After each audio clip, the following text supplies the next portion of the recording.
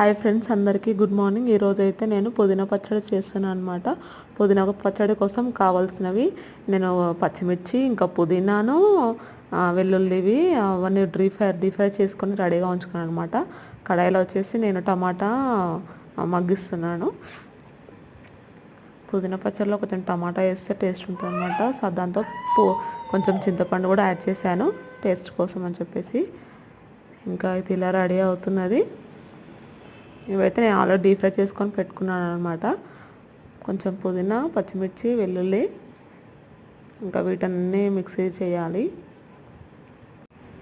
Mixie చేద్దామని చెప్పేసి పచ్చిమిర్చి, ఇంకా సాల్ట్, వెల్లుల్లి వేసి నేనైతే మిక్సీ చేస్తున్నాను అనమాట.